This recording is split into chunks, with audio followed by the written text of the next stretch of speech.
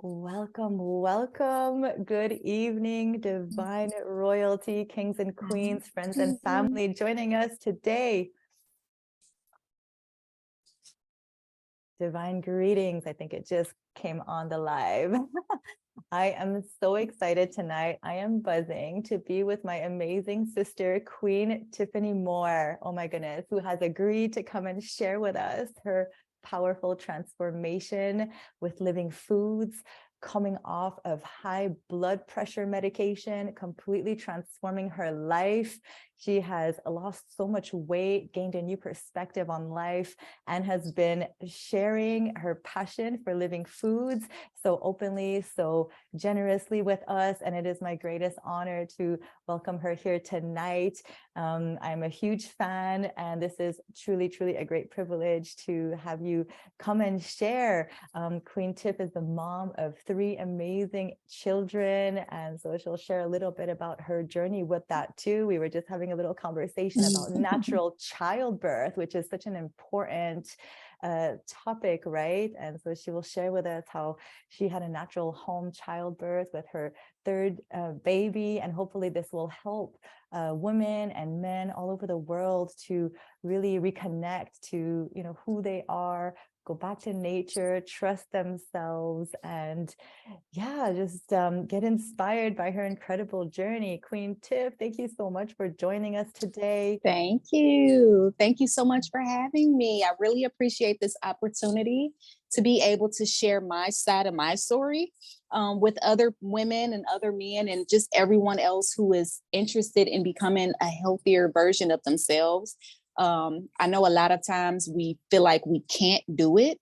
A lot of times we feel like it may be too hard or too intimidating because we're so accustomed to living a certain lifestyle. We are so accustomed to believing that we need to have certain things in order to survive.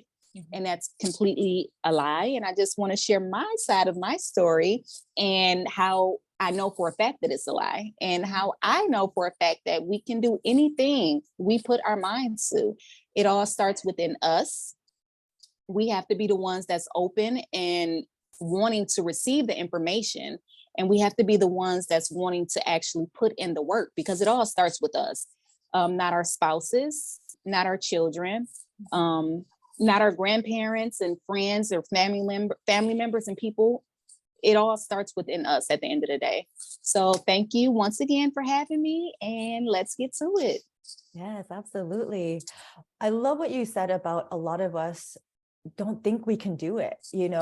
What was it for you? At what point in your life did you start believing that you could do it? Because I coach so many people as well, and I noticed that the main theme, the main connecting theme, and I've been there too, overcoming addictions and all of that, like the main theme, I think, is that belief in ourselves, that knowing, that like finding that strength within. It's like a combination of strength and vulnerability, right? It takes a lot of surrendering and letting go of old patterns, old habits, but also finding that strength to like get through a day without junk food, for example, or going through a juice cleanse or going through a fruit feast. What was it in your life? What was a turning point in your life? Do you have like a defining moment where like, Oh yeah, you decided that you could do it? What was oh that yeah. like? I was actually, this was right after I was diagnosed with MS. And basically, once I came across the whole plant-based lifestyle, because I didn't know anything about it. I'm not even going to hold you up. Like, I didn't know anything. You know how you kind of hear about something? It's one thing for you to hear about something, but it's completely different for you to actually know. You know what I mean? So I heard about this lifestyle, but I didn't know what it could possibly do and how much it could change and things like that. So after being diagnosed with multiple sclerosis and figuring out that the medicine wasn't working for me, I was like, okay, let me try to go plant-based. Let me cut the meats out and let me just see what happens, And I told my neurologist that that's what I wanted to do. And long story short, she told me I couldn't do it. It couldn't be done. What? She's seen people come in and they say that that's what they're going to do, and it never happens. They always end up coming back. That there was my turning point for me, because no one is going to sit here and tell me what I cannot do, because it's like, who are you to tell me that? because you went to school for this, because you make more money than I do, or what do you think? What is your? How do you feel like you can sit here and tell someone what they can't do? Hmm. So that moment was my turning point, and that was November of 2019. I'll never forget that. Wow. Mm-hmm. Unbelievable. And it's just so sad. I mean, it's so incredible that you had that inner wisdom, that inner knowing, you know, that you were able to trust yourself. And I find it so sad that so many people give their power away to these doctors, you know, to these professionals and white coats. And we literally give our power away time and time Mm-hmm. again. Like, okay, they're going to tell me I need to take this medication. I'll take it. Like, I don't know, for me too, like I had a very similar experience where I was just like, I'm not accepting this. And it's almost like this rage that comes up, you know, like, who are Mm-hmm. you? So like our egos Exactly. sometimes are, you know, could be a good thing because we revolt against what it is that they're presenting to us, you know. And sometimes we take the medication and we realize it's not helping at all.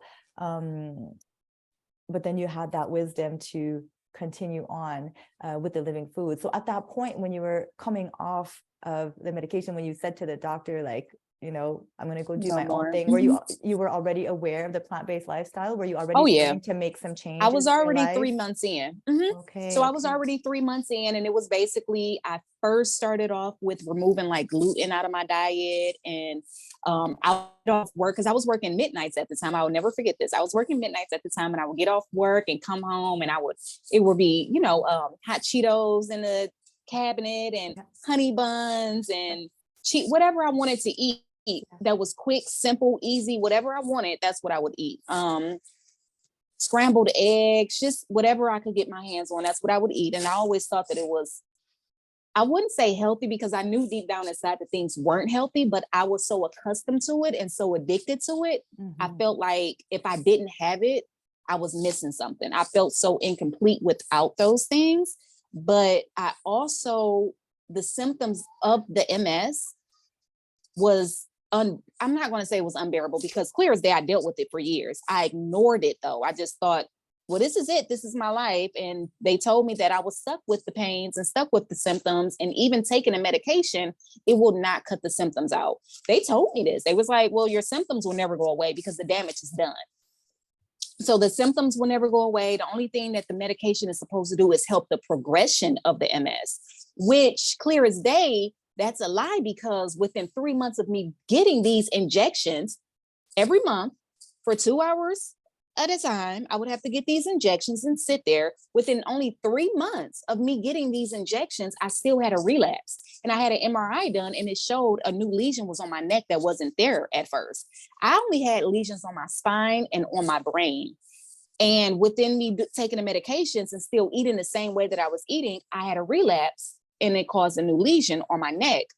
So I was like, well, if this medication is supposed to be so strong and so this and so that, why did I still have a relapse? So I started to put two and two together, and I'm like, is this something that I could do naturally? Is there something that I could do? And it was like everything kept leading back to dairy causes inflammation, meat causes inflammation, this causes that, and this causes that, and this causes that. And I'm like, well, shit, it must be the food. It has to be what I'm eating. That's the only thing I haven't tried yet. Exercise is not cutting it out. Meditation ain't cutting it out. It's helping, but it was a band-aid because the symptoms were still there at the end of the day.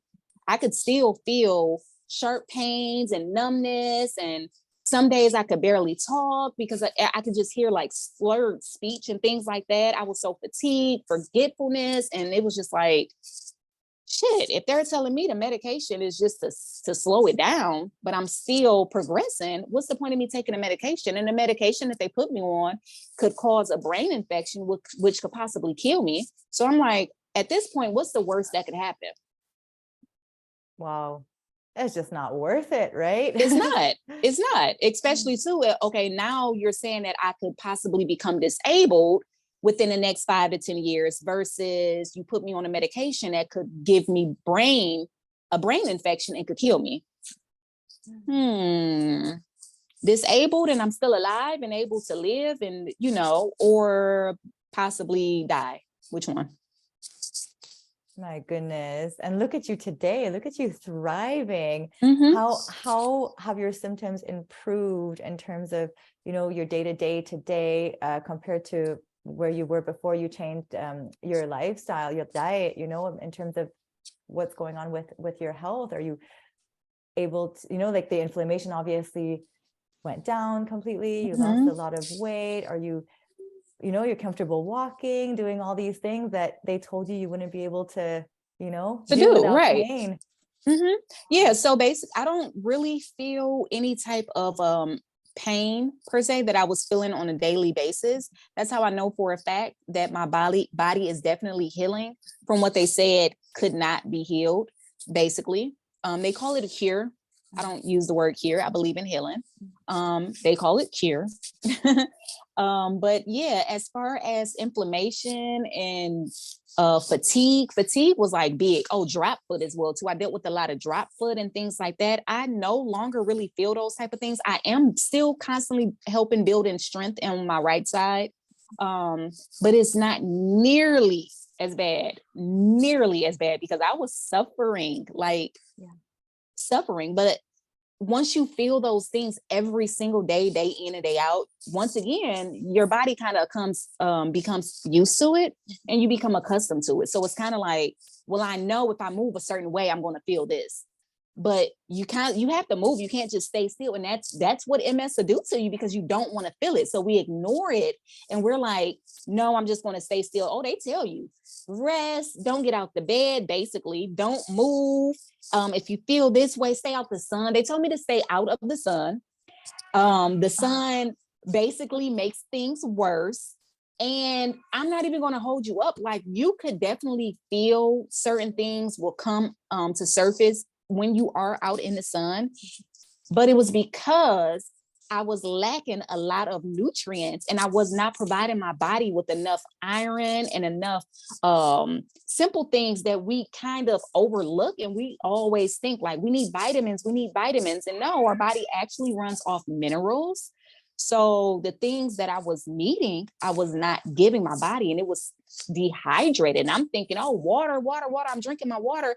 No, I needed to be eating and consuming a lot of fresh fruit juices and a lot of fresh fruits and things like that and stop eating so much cooked foods. I don't care if it's like vegan and things like that, because at first I did trans over to the whole vegan lifestyle and I thought that was better. And it helped me overcome getting off the meats and things like that. But I had to come to realize like, okay, Tiffany, well, you went from being a meat eater to now a chemical eater. And this is not going to say, when you're transitioning, stay away from those things and stuff like that. But at the same time, when you're healing, you don't want to consume those type of things because it's not really going to help. Once again, it's just kind of a Band-Aid covering up things, or it's going to make things worse. And you don't want to make things worse, especially when you're focusing on healing. And a lot of people, they'll inbox me and are like, well, what can I eat, Tiffany? What can I eat? And I'm like, I'm telling you the truth, literally fruits and vegetables, because I'm going to save you the headache and the heartache of why is it taking so long? Not saying to rush it. Can't rush it, especially we've been eating this way for years and years and years and years and years. It's not going to happen overnight that you're going to wake up and feel 100% better. Good things takes time, and over time you'll be able to learn, okay, this is for me, this is not for me. Okay, I can have this in moderation, but first and foremost, you have to get things under control. And once you're able to get things under control, then you can sit here and maybe dib and dab if that's what you choose to do. Some people, they still celebrate family gatherings and holidays and birthdays and things like that. And you don't want to, if you want to just have juices on your birthday, that's fine. But some people might want that vegan cheeseburger, or you might want to have a baked potato or a steamed potato or something like that. And it's perfectly fine as long as you know that you're not going to go down that slippery slope, because it can trigger a whole lot of things. And you're like, shit, that was so good. Let me get some more, because I've been there before as well too. And it's hard. And I'm still addicted to cooked foods. I just know when enough is enough. Exactly. And it's just like, damn, you don't really realize how addicted you truly are until you give yourself time to go without. And it's like, oh my goodness, like when is the next time I can have this? And it's crazy, but that's the way we are. Wow. So powerful. That's the power of a strong why, you know, and a lot of the time, unfortunately, we almost have to come to this breaking point in our health, you know, to really fully make a change. We almost have to come to this crossroads, right? Just like how you came to a crossroads in your life. Either you go this path or you go this path. Yep. And we have to, like, a lot of the, I'm not saying we necessarily have to get to the point of suffering that much. I hope people, you know, take on these habits without, you know, needing to suffer to that point. But sometimes that's how we learn as humans, you know. We're kind of like so stuck in our habits, that it's hard to change without those, like, you know, smack in the face kind of like life Yep. or death situations. Yep. And another thing I wanted to say about the sun is so interesting how, like, the medical profession, everything they recommend is like counterintuitive and counter natural. It's like the opposite of what we're supposed to do. Hmm. And really, it's just about them not knowing what is the truth, right? Like, okay, somebody might go in the sun and they might experience some detox symptoms. They might start releasing mucus or having a headache. Like, you know, when we're dealing with a lot of toxic load in the body, of course the sun might look like it's creating problems. But, you know, the body's natural responses to healing are not pretty. You know, it is not nice to detox. It is sometimes very painful, especially if there's a history of medication or drugs or alcohol. Like, when we're going through detoxes, it's gnarly, and we might misinterpret that for oh, this isn't working, or this is causing me pain. Oh, I tried the raw foods. I felt so dizzy. I felt Hmm. weak, all these things. So I just want to encourage everybody who's watching, you know, there might be a period of detoxification that, you know, one might need to go through in order to get to the other side. What was it for you? Did you experience any detox symptoms? Did you encounter any challenges in terms of your body releasing these toxins out? Oh yeah, definitely. So a lot of my detox symptoms included like shakiness, weakness, and things like that. Sometimes I would kind of just like not really cry, but I would get super emotional, and I would just kind of think to myself like, why am I going through this? But at the same time, I knew, because I had done so much research, that that was a possibility of, you know, you releasing all these toxins and things like that. So your body is going to basically start to experience a lot of these things. And it's just basically cravings. And if you notice, if you were to give into those cravings, you will feel better for the moment. Mhm. You'll feel better for the moment. But the pain is still going to come back, and it might hit you 10 times harder. And then you might sit here and be like, oh my goodness, I need more of it, because now I'm feeling like my body is telling me to go get more of it, when in all reality, your body is telling you, no, I don't want more of that. I want more. Um, it can be something simple. I want more sun. I actually enjoy being in the sun. I want more sun. I want more fresh oxygen, or I want more fresh fruits. And we tend to kind of just skip over all of that. And we're like, no, I want the honey bun. No, I want the hot Cheetos. No, I need the baked chicken. And it's just like our bodies is telling us, no, I don't want that. Our bodies are very simple. And we tend to complicate it, overcomplicate it. And I was one of those people who just overcomplicate things. Hmm. Here, here. Yeah, I think there's so many different factors to that. You know, food is such an emotional thing, right? It's like the first thing we do when we come in this world, we, you know, drink milk, we start to self-soothe with food before anything else. There's so much emotional like attachment to the food that we need to be aware of. And that's one of the reasons why it's so hard, right, to overcome these addictions, these food addictions. And I really compare them to drugs, alcohol. Like, you know, if you don't think food is an addiction, like you said, you know, try going without cooked foods for a week, or without salt, Yep. or try juicing for a week. Like, you will see it is hard work. And one of the hardest things is the emotional detox. You're like, oh my gosh, you know, why am I so sensitive? Why am I crying Yep. all the time? Well, it's because you've been repressing a lot of emotions from your little, you know, it's just pushing it down, stuffing it down. And we're not even aware of it most of the time, that's what the food does. So it's about being aware, and it's about like just being ready to feel whatever comes up. I want to say something and I lost my train of thoughts, but yeah, it is definitely an addiction that, we need to talk about it more because parasites. That's what I wanted to go. I wanted to go. If anybody's following Queen Annabella in our community, and she shares it in her group too, like after 185 days of juicing, she is still releasing these worms, these parasites, and people are like, why are you going so long? Why are you doing this?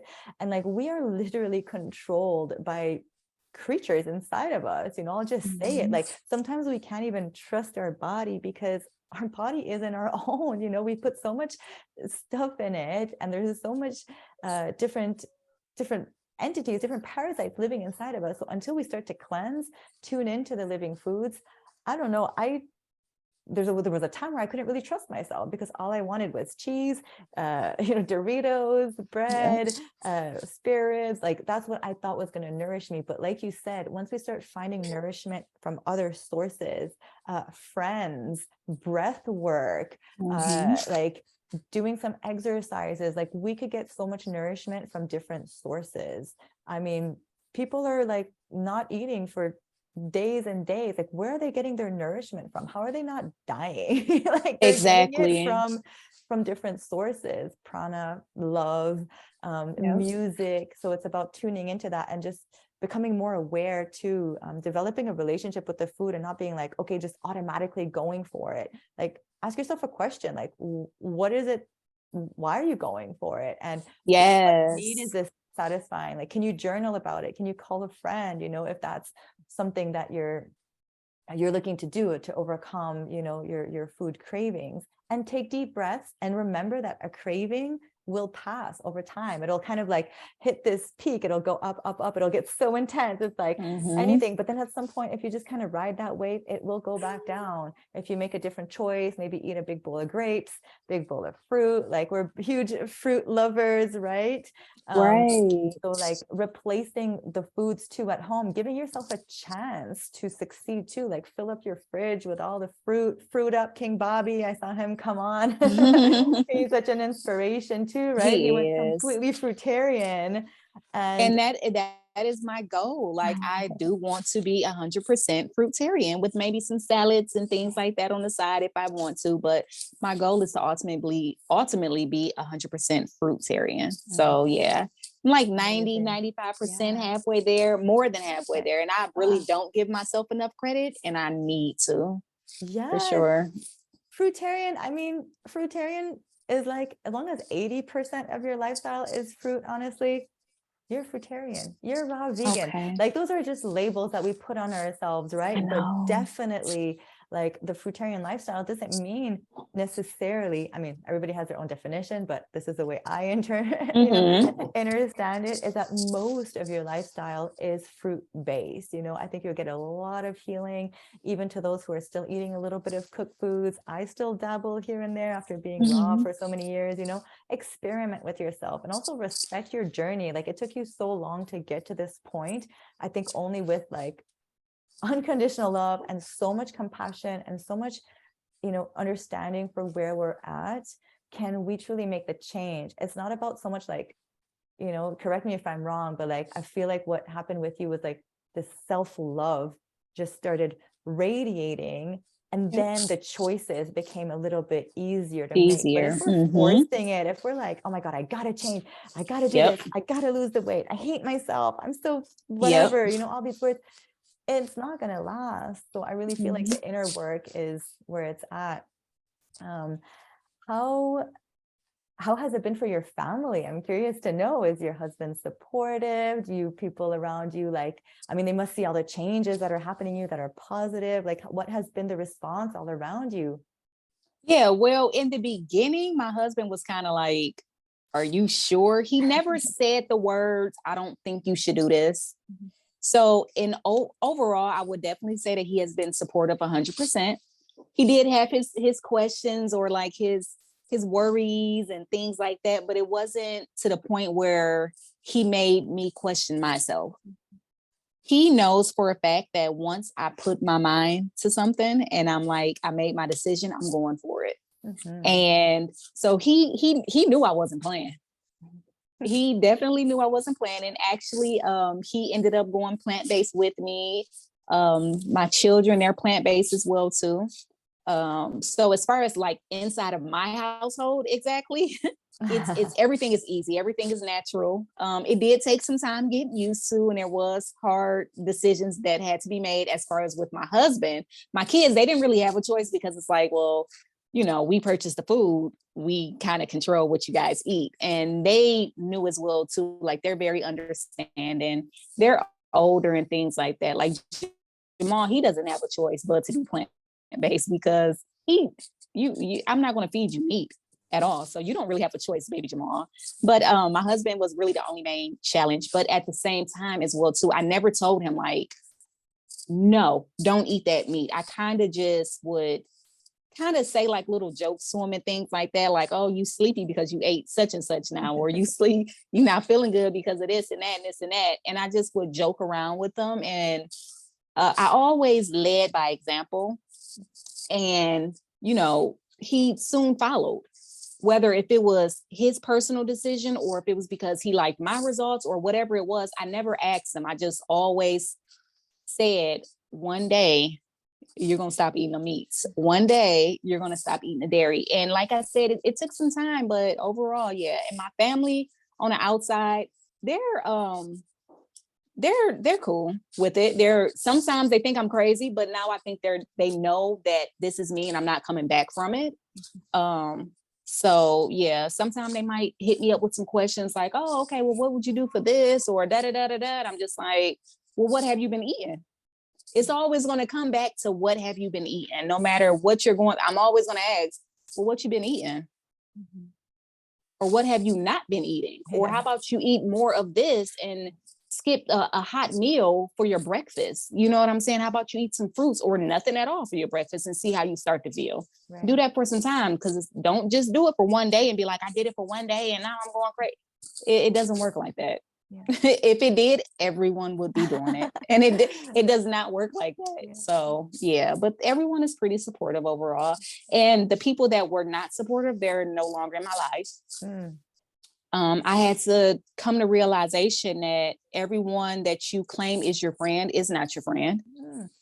Mm. You have to kind of separate associates from the people that that you can kind of really depend on, no matter if it is a family member, a close friend, or whatever. You have to learn to separate, because everyone, first and foremost, not everyone is meant to come with you along on this journey. Mm-hmm. That's first and foremost. So you have to realize that, and once you realize it, you have to truly accept it. And once you truly accept it, then you'll be able to, it will become easier to spot who's there for you and who's not really there for you. You have to actually pay attention to people that's actually supporting you, because words do stick with people. They do hurt. I don't care what nobody say. Words, they play a huge factor in a lot of things, because we have to hear that shit. And you telling me that, oh, you're losing too much weight and oh, you look good, but don't lose no more. Mm-hmm. But you're not understanding, first and foremost, that's letting me know you don't understand the whole path of healing. You don't understand that this shit is a process. It's levels to it. So I cannot sit here and heal my body and rebuild my body all at the same time. I have to pick and choose one. And that was a battle for me as well too. I had to sit here and literally fight with myself day in and day out. Well, I'm feeling better, but I'm losing too much weight, because people didn't sit here and put this shit into my head.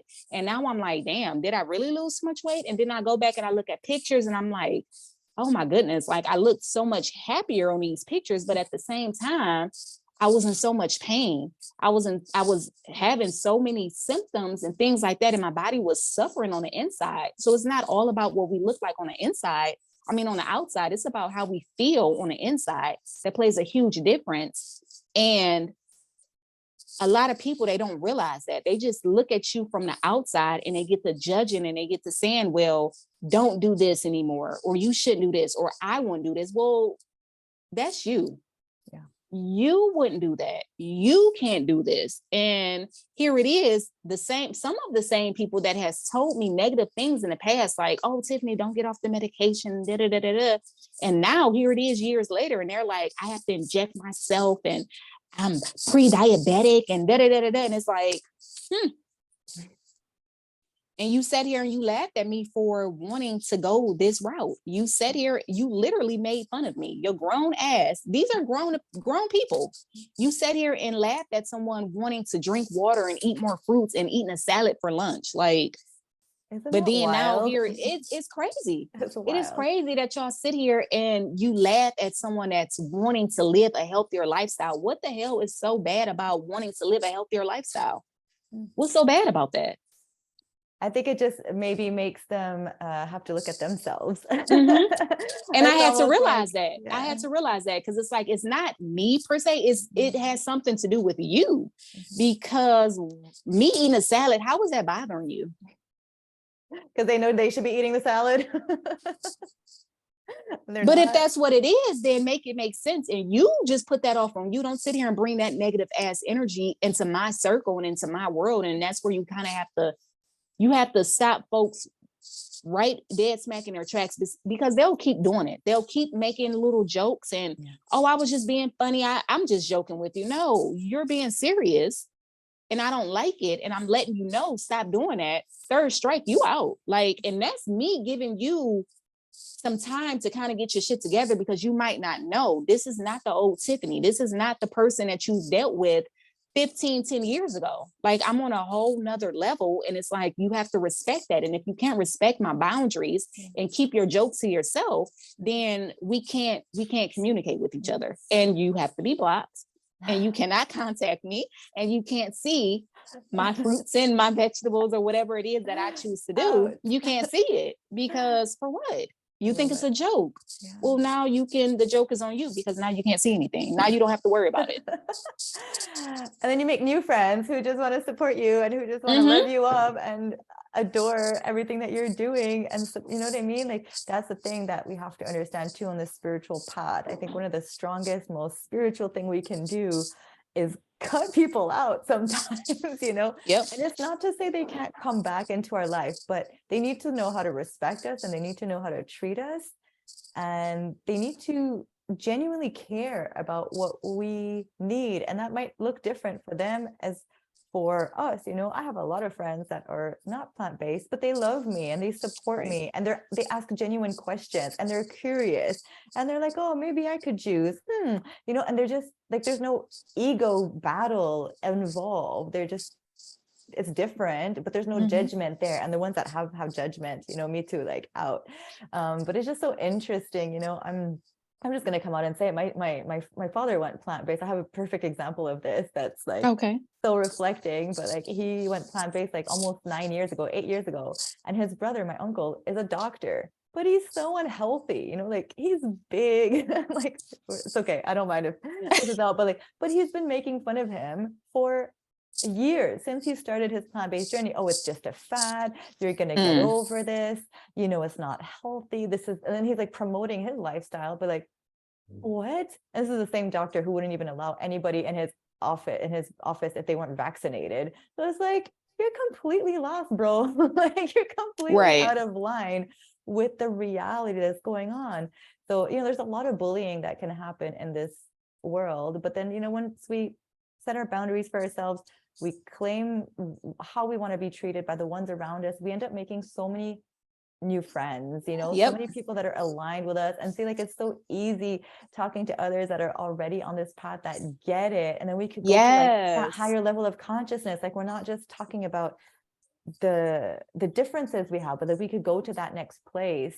How has this helped you in terms of you know, your life path? You know, you must have had some revelations as you change your lifestyle. Did it create any change in the work that you do, or your vision of life, your philosophy of life, like where you see yourself in the future? I see you inspiring other people. Like, how has this impacted you in terms of your life purpose? Oh, yeah. So I feel like it has impacted my life for the better. So instead of me now looking at MS as like some type of curse, or I shouldn't have went through that and this and that, I thank MS, because I wouldn't be the person that I am today. I wouldn't have as much knowledge about a healthy lifestyle overall. I wouldn't have known, because why would I want to be in a healthy lifestyle? I'm not going through anything that makes me want to be in a healthy lifestyle. And like I said, I didn't grow up around fruits and vegetables and this and that or anything like that. I grew up around the sad American diet, and that's all I knew until being diagnosed. And once I was diagnosed, it was like, okay, there has to be something else, something better.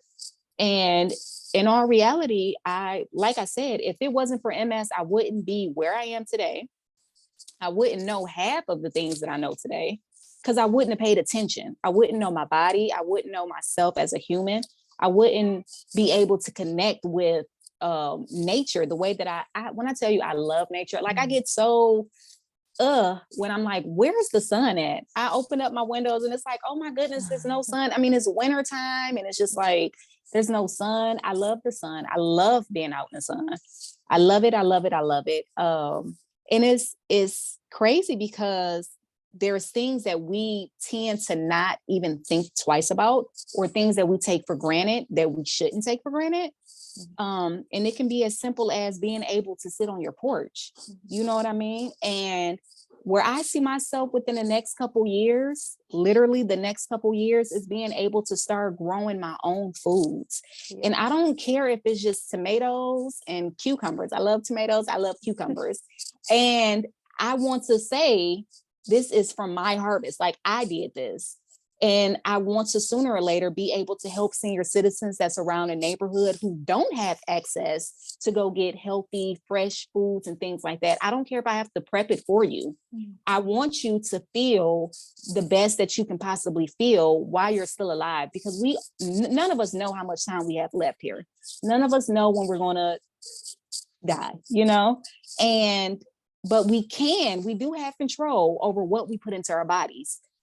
Each and every time we go to eat, we have control over what we put into our bodies. So I want to be the one who spreads that knowledge in my neighborhood and around my town and wherever it may go. But my neighborhood, we don't have nothing positive. I'm not even going to hold you up. Every corner is a damn liquor store, a fast food restaurant, everything. And all of like our vegan spots that we did have, they're nowhere in my area. They're like 30, 40 minutes outside of town. And even those are starting to shut down. So that's a wake up call for me as well, too. Like, Tiffany, you got to do something. I don't care if it's a food truck. I don't care if it's you just pick a day on Sundays and you ride around and you pass out healthy foods to people. And I just want to help. I just want to help. And I want to encourage people. And I want to just keep spreading the knowledge that there is something outside of inflammation. There is something outside of headaches and fatigue, and it's having to do with what you're putting into your body. Stop listening to these doctors, because they're not here to help you. They're here to keep you sick so that they can keep their job and make more money. That's what it is. And I know we say that doctors don't know, but I feel like some doctors do know. You got to know something. They're just not allowed to talk about it. They're not allowed to talk about it because now you're going against what your job description is and this and that. But you don't sit here and tell nobody that they can't do something. That ain't in your job description either. You telling people what they can and can't do and this and that. When something is apparently so aggressive, you don't want to monitor your patient. So that there should be a red flag for anyone who sit here and they tell their doctor that they want to try this or implement plant-based foods. I don't care if it's just a meatless Monday or whatever. And they tell you, no, don't you do that. Run fast and find somebody else, because that's not okay. You can't sit here and tell somebody not to eat this, or you don't want to be afraid of letting them know either. Like, I changed this and I changed that. They should be happy for you. We just kind of briefly had that conversation of people that support you. Doctors go into that category as well. They need to be supportive of whatever changes you want to do. They should be supportive of it. And if they're not, they got to go. Absolutely. Wow, you're saying you're hitting the nail on the head on so many different topics. I love what you're saying. yeah, they just can't talk about it. And there's a lot of doctors that are having a change of heart, right? That are turning this way, because with all the information that's out there now, with all the, even in Canada, you know, the new food guide that's come out where we don't recommend dairy anymore. We don't recommend meat anymore. It's very minimal compared to what it used to be, because, you know, they actually did a good thing. They didn't like, you know, the studies didn't come from the lobbies, from the dairy and meat industry. And now it's basically a plant-based, you know, plan that we're supposed to be following. So there's an awakening that's happening. And also I wanted to mention, for those who, you know, are looking for doctors, there is a committee called the Physicians Committee for Responsible Medicine. It's international. It's the man who wrote How Not to Die. I believe it's Michael Greger who started it. I could be wrong, but I believe it's Michael Greger. But there's a few doctors that have come together, you know, and they do help their patients. Like if somebody needs to go through surgery, they will operate, but they have these centers where they help them with long-term, you know, lifestyle changes. So there are a lot of doctors that are changing their heart. So find those, you know, go out there. Even an Ayurvedic doctor would be more beneficial. They're actually going to ask you questions about your lifestyle. They're going to ask you about your relationships, like your exercise, your food. All of these things come into play when it comes to holistic health. So like you said, you know, anybody who doesn't ask you all these questions and who doesn't genuinely want to see you healing, it's not about just masking the symptoms. It's about true cellular detoxification and getting better long term. Then yeah, run. Oh yeah, run fast. Definitely. Wow, you've had such a powerful experience. I'd love to hear a little bit also about your natural childbirth experience. Can we talk a little bit about that, and what inspired you to go this path? If it was different from your other pregnancies, what happened, and how did you decide to have a home birth? I'd love to hear. I love about natural childbirth. It's really important to me that women hear about these stories, because there's a lot of fear around that, just like around the doctors. There's so much fear about having a baby, which is like what we were born to do, we women. Like this is what we're here to do. Tell us a little bit about your experience. Okay, so well, my daughter, my oldest child, she's 17. When she was born, she was only 3 pounds, 5 ounces. And I'm tiny. Okay. So I didn't really think anything of it, but I knew I was young, 17 years old when I had her. I didn't think that it was such a big deal. But now when I start to look back at it more and more, it kind of was a big deal, because you're so underweight, you know. Fast forward, I had my daughter, 3 pounds, 5 ounces. And then I had my second born. He was only 1 pound, 6 ounces. Whoa. Oh my goodness. Miracles. So at this point, and I was so stressed out, and stress, you guys, plays a huge factor in a lot of our life. And we kind of think that it's normal, and it's not. We have to stop normalizing stressful situations. If you start to feel overwhelmed and things like that, remove yourself from out of that situation. You know, but yeah, my second born, he was only 1 pound, 6 ounces. And that was very, very, very, very traumatizing. And at that point, I felt like, well, I'm just not meant to carry children, because my first child, you know, she was bigger than 1 pound, 6 ounces, but even that was horrible. Like I got down to like 104 pounds with her or something. I was constantly loose. Oh yeah, I wasn't eating. I couldn't even smell things without getting sick. And once again, I didn't know what my body was trying to tell me. I just thought pregnant people, they go through sickness and and you know, they go through this. This is a part of being pregnant. And it's not. It's not. And I'm going to tell you why it's not. Because after I changed my whole lifestyle, my diet and everything, cut the meats out, the dairy, all of that stuff, I end up getting pregnant with my 1-year-old. He's 17 months now. And when I tell you guys, I did not have any morning sickness, not one day. What else? I made it to 39 weeks exactly with him. His due date was June 20th. I had him June 19th. And what made me decide to have a home birth, like the moment I found out I was pregnant with him, I had to be like at least like 7 or 8 weeks because I had a missed period. So I took the test, and of course it came back positive. I was like, oh my God, I have a chance to redo. I have a chance to experience a healthy pregnancy. And that was my main focus. I want to know what a healthy pregnancy feels like. I want to know if I provide my body with the right nutrients and things like that, will I still go through some of the things that I went through with my other two children? I did not. It was completely different. I'm talking about I gained weight. It was healthy weight. It was so healthy because the moment he came out, literally, I snapped back. Like I went right back down again. And it was just like, oh shit. Like literally, I didn't have to deal with no high blood pressure issues. And keep in mind, after I had my second born, which was a C-section, I was told if you were to have another child, it's going to have to be, you can't have VBAC. You're going to have another C-section. So I was already told that as well too.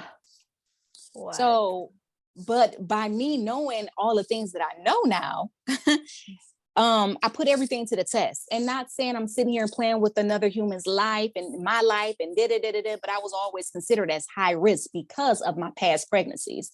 But once you get into that healthy state of mind and you know for a fact, you're confident about what you have going on, it's different. It's a game changer. Nobody can tell you nothing about your body and about the child that you are getting ready to bring into life. Nobody can tell you anything. You can sit here and you can, oh, the doctors want me to take this glucose test and I need to do this and I need to do this. I didn't do anything. I immediately reached out for a midwife, first and foremost. Found me a midwife, hired her. She came, checked me out. She was with me from 12 weeks up until I delivered. Okay. And it was beautiful. Like a lot of us, we think, oh my God, I can't go through that pain. And I had back pain, back labor pain or whatever. And so I felt everything in my back. I wasn't afraid. My husband was like, he was kind of terrified because I was sitting there and I'm like, I really couldn't say nothing. Every time I had contractions, it was like, oh my goodness. But I wasn't crying. I wasn't panicking. I was like, I just kept replaying in my head, like, this is supposed to happen. I'm getting ready to birth our child in the comfort of our home with no doctors, with no whole medical team and people making my blood pressure rise and having all you telling me I have to lay on my back, and which we're not supposed to be doing anyways. But everyone is telling me what to do and I'm not telling myself what I should do. I'm not listening to my body. And this time around, I was able to do everything. Jamal has had absolutely no vaccines. He's absolutely healthy and thriving with no medical team. And I'm not saying don't take your child to the pediatrician, but I'm saying, what are you taking them for? What's the problem? If you know for a fact as a mother that there's absolutely nothing wrong with your child, let them thrive. Let them grow how they want to grow. Let them be natural as much as possible. And just make sure that you're breastfeeding and things like that. Like our milk, we're supposed to do this. We're supposed to. So I love to tell my story about how I did the home birth. And it was absolutely amazing because I never in a million years thought that I would be able to have, let alone a healthy pregnancy, but in the comfort of my home. In the comfort of my home. And literally the whole time while I was pregnant, I didn't go to see doctors. I did have one ultrasound because I do believe that those are dangerous, but I did have one ultrasound that was basically kind of somewhat mandatory by the midwife, just to make sure that the growth of him, that he was growing in the right direction and things like that. So I did only have one ultrasound and that was it. And I did not have a actual OBGYN. I went to like a clinic that she recommended I go to, and that was it. Never seen him again. Unbelievable. I love to hear this story. This is like, yes, I feel this like, wow, thank you for sharing that. Thank you for opening up about all your experiences. I'm sure that was difficult, to share that, but like, that is the proof. That is like the living proof that what you're sharing is is the truth about when we get healthier. You know, a lot of women are struggling through major detoxes through pregnancy. That's what morning sickness is. It's a Yep. detox. Yep. And then they go to the doctor and then they give them medication or they give them antibiotics and you got this and you got that. And then it really messes up the system. And then when you come back to a natural way of living, everything starts to improve. I mean, I've known women who, you know, couldn't get pregnant. And then with the herbs, you know, my partner, he helps them restore their whole body back to a natural state where they Oh can have yeah. children. You know, they Oh thought for yeah. And years they couldn't that's have babies. exactly how I ended up getting pregnant, because my body was so clean and so pure, and back to, because I had did like a strict 28-day detox, and that was back in June. And I did this strict 28 detox where it was just the herbs and a couple more other things and stuff like that, staying off social media and blah, blah, blah, whatever. And that was in June. I want to say maybe September, October is when I found out I was pregnant. And I'm like, what? But it happened so easily. And so, you know, it didn't take any effort or anything, because everything was so natural and so potent. And it was just like, okay, well, I want to do a home birth. You know, we're going to do this. Let me look into home births and da da da da. And it went on from there. My husband, he was like, oh no, a home birth? You want to have a baby at home? And I'm like, yeah, what's the problem? And now I still hope to this day that he's like, I can't believe she had our child at home. And I love to tell the story, because it's like, you don't hear too many women say that they gave birth at home, that it was actually planned, you know. And I had the pool blown up and everything, and water was in it. And by the time the midwives came to check me, they're like, yeah, she's definitely getting ready. It's time for the push. And I'm sitting on the couch just still. And I'm like, I had my little bowl of ice, because all I wanted was ice. Like literally, I was just like, oh my God, just keep giving me ice. And they checked me and it was like, yeah, we see the head. Do you want to get into the pool, or you want to try to push, or what? I was like, I want to turn around and just squat down and just do it that way. And next thing you know, like literally, my labor lasted for about, I want to say for about 5 or 6 hours or so. Yeah, just everything was just so natural, and it was just certain words, because I had did so much research, so certain things that I was looking for. So when the midwife said, okay, you lost the mucus plug, I knew it's go time. Like literally, it's go time. And my water didn't break or anything, so I didn't have that experience. I did want to have the experience of having my water break, but it didn't happen. Like he was still in a sack and everything, but she has pictures of that, and it was amazing. And we did a herbal bath afterwards, and just to be able to hold my child after I just gave birth and not be hooked up to machines and doctors coming in and out, and being able to, I've never breastfed before. So this is my first time being able to breastfeed and things like that, because it never crossed my mind to breastfeed. I've always been team Similac. Where's the Enfamil at, or Similac, or whatever I had my children on. That was it. That was it. But that's what maybe people were doing around you. You weren't shown anything else. People didn't encourage you to do that. And also when we have C-sections, that's one of the things that happen oftentimes, is the woman's body doesn't necessarily produce that as much milk as a natural childbirth, right? And then the first, you know, skin to skin contact, they literally robbed you of that experience. You know, I know you were going through some extreme situations with your pregnancy too, like, but it's like, this is so beautiful that you were able to experience that with this, you know, with this baby, and you were able to like restore your, the whole experience of childbirth, and that, you know, heal that trauma too that you went through with the 2 others. You know, my heart goes out to you, and you're so strong. You're so brave, Queen. Like, it is beautiful to hear your story. Queen Star too, I'm just going to read her comment here, because she is giving you lots of hearts. Thank you.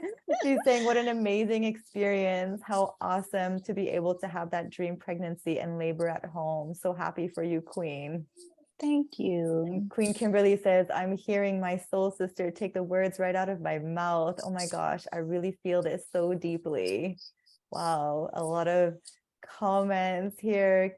Yes, thank you so much. King Bobby was commenting about people joking. He says, I joke back at them. I bet you do.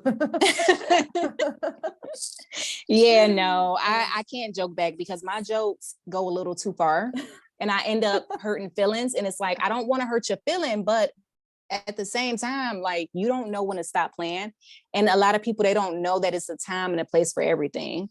And if you don't know that it's a time and a place for everything, we can't continue to grow with each other, because how? You don't even know the difference from to stop playing, or it's playtime or whatever. How about we just no? I'm good.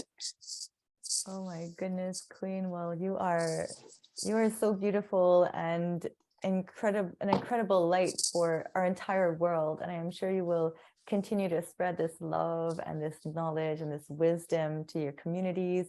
And that will continue to spread throughout the world, right? That's what I always say is like, once we have this this feeling of how good it feels in our body, it's like all we want to do is share it with the world. All we want to do is like scream it at the rooftop and be like, hey, this is possible. And hopefully we get to inspire. I mean, surely we get to inspire so many people, but hopefully people take this information, take this knowledge and implement it into their lives, and everybody has their own timing. It's like, I look at us as farmers, right? We're planting seeds, we're sharing knowledge, sharing experience, and hopefully this will help at least one woman to trust herself more and listen to her body, trust her like inner guidance, because like that's what the whole matrix has kind of done, right? Is to like disconnect us from who we really are. And this is so powerful to share that it's safe to trust yourself. It's safe to listen to yourself and not worry too much about pleasing everybody around us, because if we're trying to please everybody and play small, that's what's going to happen. We're going to end up playing small. We're going to end up making choices that will make us regret certain things. Like my daughter, unfortunately, she's 13 now. I didn't know about vaccines. I knew a little bit about vaccines back then, but there was so much pressure around me to like, oh yeah, vaccinate her, and you're not careful, you don't care about people. It's not about just her, but it's about other kids, and you're selfish. It's almost, it's criminal, like all these things. And I did it, and I was just like, I went against my soul, I went against my intuition, because I didn't have that courage. But recently, like I stopped right away after the first year. I think I just never did it again, because I just felt it on a soul level that, but we live, we learn, but it's just like, continue to trust yourself, continue to honor yourself throughout, because you know what to do. And the deeper you go, the more you can trust yourself, the more you can truly trust like what your body craves and wants, right? Once we're tuned into the fruits and veggies and juices and smoothies, and good people and sunlight, that's what's so important. Oh yeah, you definitely have to learn yourself first and foremost. You have to know who you are exactly. And once you learn who you are exactly as a person, everything becomes a whole lot easier. Yes. Everything becomes a whole lot clearer, and you're able to focus more on what makes you happy, as opposed to what's making everyone else happy, because you're putting yourself and your feelings and your thoughts on a back burner for someone else who 9 times out of 10 don't really give 2 shits about you and your feelings, because if they did, they wouldn't be so inconsiderate. That's true. So we have to be mindful of that as well too. And don't share your journey with everybody. Everybody don't need to know everything. If somebody call and say, hey, what's up, girl? I ain't talked to you in a while. What you been up to? Oh, nothing. I just been chilling. How you been doing? Hurry up, switch that conversation, because some people are meant to kind of come and drain you, especially if they're on your social media and they see that you've been inspiring people and trying to do this or doing this differently or posting your meals and things like that. Some people purposely reach out to you to try to bring you down. I see you've been eating that rabbit food. You still doing this? Now people, oh yeah, I've gotten so many type of negative, and I always thought that they was just joking and things like that. And it's just like, well, if you see, here it is 2 weeks later and I'm still eating the same thing, And then you still making these funny comments. It's like, now it's not funny, it's annoying. And you got to go because you don't like my food that I'm posting or that I'm saying or that I want to try. And I don't like your negative comments. So we can't be around. We can't communicate with each other. It's been nice knowing you. There's no hard feelings, but you go your way and I'll go my way. And I wish nothing but the best to you. But when your ass end up sick years later down the road, don't come back and reach out to me and be like, hey, Tiff, remember me? And can you plan a diet for me? And can you do this? No, because that has happened to me as well, too. First, I get laughed at and then they come back and reach out to me again. And they're like, well, can you set this up for me? No, you had the chance. You had the opportunity and you took it as a joke. My time you could charge can't them. be returned. Exactly. Yeah, it's gonna pay. It's gonna cost. I'm a coach now. Here's my link. That's what I do. And they don't want to hear that part. They're like, oh, okay, well, you're not serious then. And I'm trying not to do all that, but it's seeming like that's what's going to end up happening because it's like time can't be returned. And if you're serious about it, you're going to pay. Some people, they do believe in waste the money. Well, go ahead. You can waste the money if you want to, or you can apply the information that I'm giving out to you and the help and the resources and just apply it to the best of your ability and do the best that you can. Take it one day at a time. Be patient with yourself and be kind to others. Treat people the way that you want to be treated. Because if you want me to sit here and make fun of you, I can, and you're not going to like it. You probably want to fight me afterwards. Because I can say some pretty mean things, just like you thinking that you saying rabbit food and this and that is not mean. That's me. I'm putting this into my body for God's sakes. And for you to sit here and call it certain things that's funny to you, it's not funny to me. You see rabbit food and just that's not going to be filling to me. And I see magnesium, I see iron, I see all of this water, and that's all you see is just rabbit food. Okay, I'll take my rabbit food and you keep your dead animal flesh. Yeah, how about exactly. That? Exactly. And we could be real with them too. It's not being insulting to. But if we say it to them, it's a problem. Yeah. And that's what I don't understand. Like, you sit here and you make fun of my food. Well, let me make fun of your food. You're not going to like it. You're going to be like, well, why you have to say that? Well, why did you say what you said? Exactly. No, it's good to set clear boundaries, and we teach people how to treat us. We teach people how to treat us, and if they want to be in our life, then they have to come with the utmost respect. Oh, but, yeah.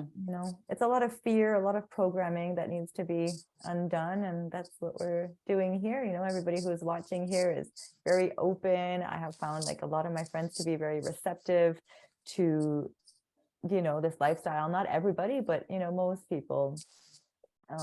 And that's good, because it's hard to find people, but there are communities out here and groups and things like that, and I'm discovering more and more and more like, shit, so you do this too, or you live this way too. And it's awesome, because at first I was just joining any type of group that was vegan or plant-based. Anything that said vegan, anything that said plant-based, I was with it. I'm like, yes, but it's different. It's different levels. It's a different type of environment in each of these groups that you choose to join. So make sure as well too that you're joining groups that are actually supportive. And not everyone is going to be supportive, but at the same time, if it's thousands of people inside these groups, over half of those people need to be supportive. I don't care what you say, because if over half of these people that's in a group is not supportive, it's not the group for you, because now you got the majority of the people that's in a group against you and telling you things that's sticking in your mind 9 times out of 10. Yeah. You need to make sure that you like, okay, things if I'm going to be on social media, I want to keep seeing things that's in my future or that I want to accomplish.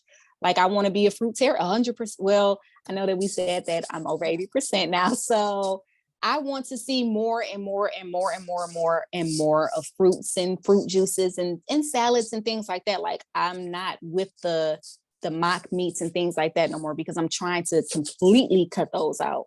So like the vegan soul food groups, I was in those. I removed myself out of that. And it's just like, no, because every time now I'm getting reminded of, damn, those nachos look good.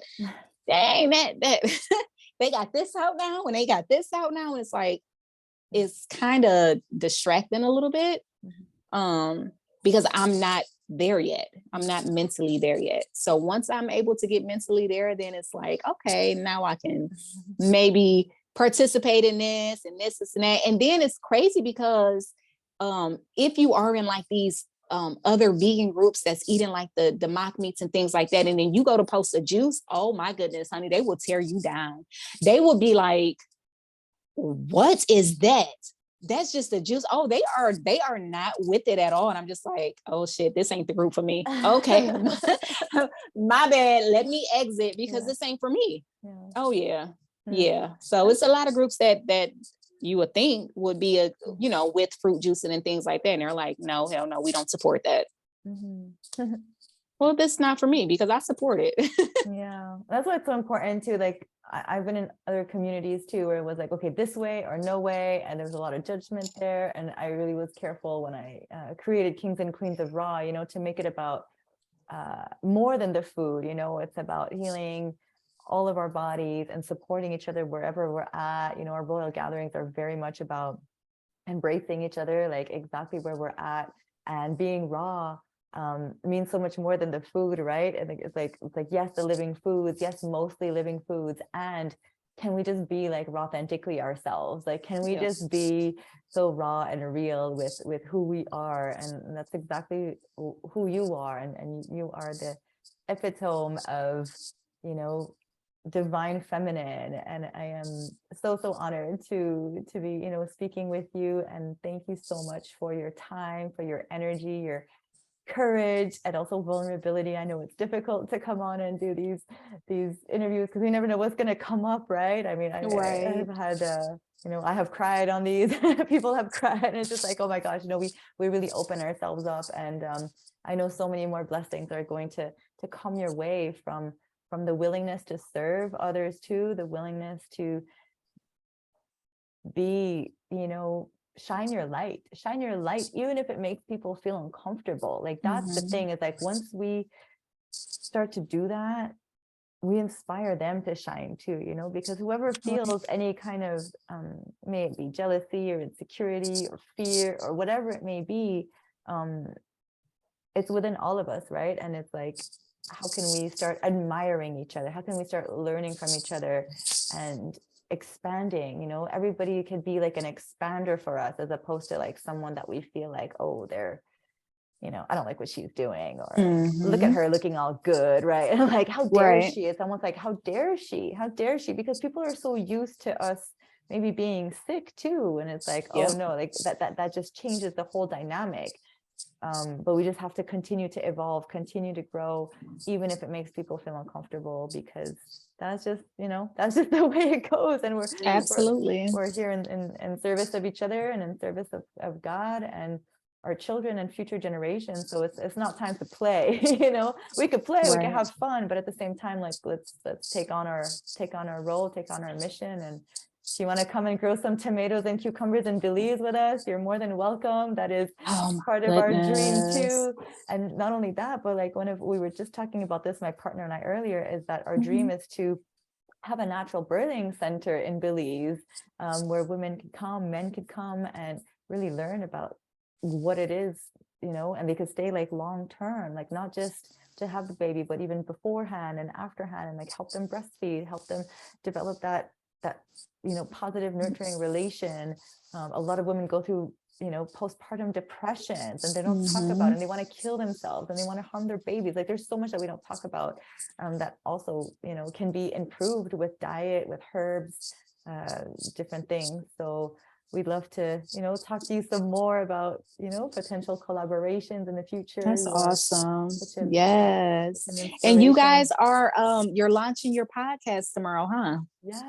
Yes, we did it today. It was earlier today. Well, we did the live on Facebook, but we haven't it's the pilot, so I need to send it through and get it kind of approved to go on the platforms. But that was the first step, and it was kind of scary. Awesome. But yeah, you know, it's exciting, and I love to think of the future and everything that we are doing together as individuals and also as a collective.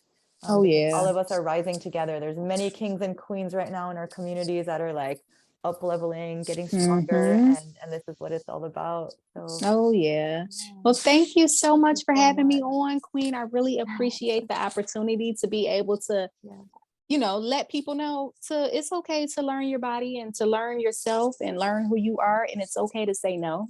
yeah, It's okay to eat the way that you want to eat with your healthy foods and things like that, and stay away from negative people yeah. because they will try to bring you down. So Mhm. stay away from negative people and keep thriving. Do not ever give up. Set your goals high Yeah. to the point where people can't even imagine why would you even set a goal that high. Yeah. So when someone tell you that you can't do it, that's even more reason for you to do it. Make sure you record it, you take pictures of it, and you show it to them. Hmm. Not once, not twice, but three. You keep reminding them, you told me I couldn't do this. And now look at me. Did you go back and see that doctor? I was gonna ask you earlier. Did you go No. back and Oh, hell visit? no. No, you know what? You know what? I'm lying. I did. I had my last MRI. My last MRI, when she gave me my results and told me that I was stable and I didn't have no new lesions. This was after I changed my diet. No medications. Had no new lesions or anything. That still wasn't good enough for her. Yeah. By this time, let me tell you, I went back to the appointment. I had on a plant-powered hoodie, and I had my nails painted a certain color for MS, which is orange, and I had my hair curled, and I was just like, oh, I'm ready for the results, because I was so confident at this point, because the symptoms, when I tell you, compared to what I was feeling on a daily basis to compare to how I was feeling to that day, I was like, oh, I'm ready. And she was like, so you still don't want to be on no medications, even though this thing is so aggressive? And I was like, no, I don't. And she was like, well, there's no reason for me to continue seeing you. And I was like, I was shocked. My husband was shocked. I was like, shit, that didn't go as planned. I wanted to dismiss her, but she dismissed me, which made me realize even more that I was doing the right thing. Because if Exactly. something is so aggressive, you don't even want to monitor me. Just because I'm not on your medication, you don't even want to monitor me. But when I was on your medication and doing everything that you wanted me to do, when you wanted me to do it, you was my BFF. You were my best friend. You had high hopes for me. You were just so nice. But the moment I told you no, everything switched up. And I was like, oh, nah. I don't know exactly what I'm doing 100%, but I figure it out. And that's exactly what I did. So yeah, I That's never the looked thing. back. They got Haven't no went back. power. They got no power over you no more. You Yep. can't, you're liberated. You've Mm-hmm. liberated yourself, and they know that. They can't help you no more because you know the truth and you're finding it on your own and you're healing And that's what yourself. makes me wonder, do they really know? Hmm. Because if it's really all just about the medications, that's some pretty sick shit. Because how is it just so important just about the medications for something that's so aggressive? So there's no money in MRIs because you sure did bill me a $10,000 bill. Even though I can have medical insurance, you sure did bill me a $10,000 bill. And I said, I'm not paying that. I don't care. I'm not paying you at all. Like, I'm not paying none of that. So, because first and foremost, y'all did what exactly? No, you don't have to pay that bill. Oh, You don't have to pay that bill. Good timing. I'm not paying that bill. I'm not paying it at all. And if I ever seen that doctor again in life, I would make sure to do a cartwheel or 3 cartwheels in front of her and try to do the splits, even though I cannot do the splits. But just because you told me that I could not do something, and you told me to be basically to get ready to become disabled within the next 5 to 10 years. So it's been almost 4 years now. So let's see what happens within the next couple years. Well, I hope she I'm sees waiting. this. I hope she sees this interview. I hope she see all of it, because lady, you are nuts. Yeah. I don't care how long you've been an MS specialist. You're nuts to sit here and tell somebody what they can and cannot do It's a just because crime. they don't want to take your medication. It's crime. It's a crime against humanity. It's like they're harming people. They're killing people. They're literally killing people. The medications harm you way more than the actual disease itself, and they tell you all of the side effects and all of the possibilities that could happen and all of the damage that it can cause in the future. And yet and still all we hear is, I don't want to be disabled, or I don't want this to happen, or instead of just saying, let me stop feeding whatever is causing this to happen. Let me stop feeding it and let me just see what happens, like, let me just take that chance. What's the worst that can happen? The worst that can happen is you're not able to walk. That's the worst that can happen, but you're alive, you're breathing, and you still have chances to be able to make a difference and to be able to be a better you. And once again, the next meal that you eat, you still have that opportunity to not have it be a piece of, animal, because it's not providing us anything. It's actually robbing us of our nutrition and things like that. So you have that opportunity, and you stick with it, you'll be able to see, like, okay, damn, now I can lift my leg up a little straighter. Now I can stand for 5 seconds. Now I can stand for 10 seconds. And you become to just realize that, damn, I can do this. But it all starts with what we're putting into our bodies and what you're feeding your cells, because that's what it is. It's damaged cells. And they call it other things, but it's damaged cells and it can be repaired. Everything can be healed and everything can be repaired. So yeah. Yes. Oh my gosh, so much hope you are giving us, so much truth, and you can heal yourself. I truly believe that, from anything, stage 4 cancer, diabetes, like, you do not have to go through that same route as, our parents did and their parents did. We really choose the reality we live in today, and you are empowering us all. I know you have to go, your baby's waking up, but I'm sending you all my love, and I really, really am so grateful for this opportunity. Thank you so much, Queen. I love you, Queen. I love you guys you as well too. Yes. You guys stay out the way, and remember, you can do anything that you put your mind to. Okay, don't let nobody tell you anything different. Thank you once again, Queen, for having me to share my story. I love you, and I will see everyone around. You guys have a wonderful evening, okay? Yes, thank you to everybody who showed up. I love you too, Queen, and take care. Continue to do the amazing work you're doing. Bye.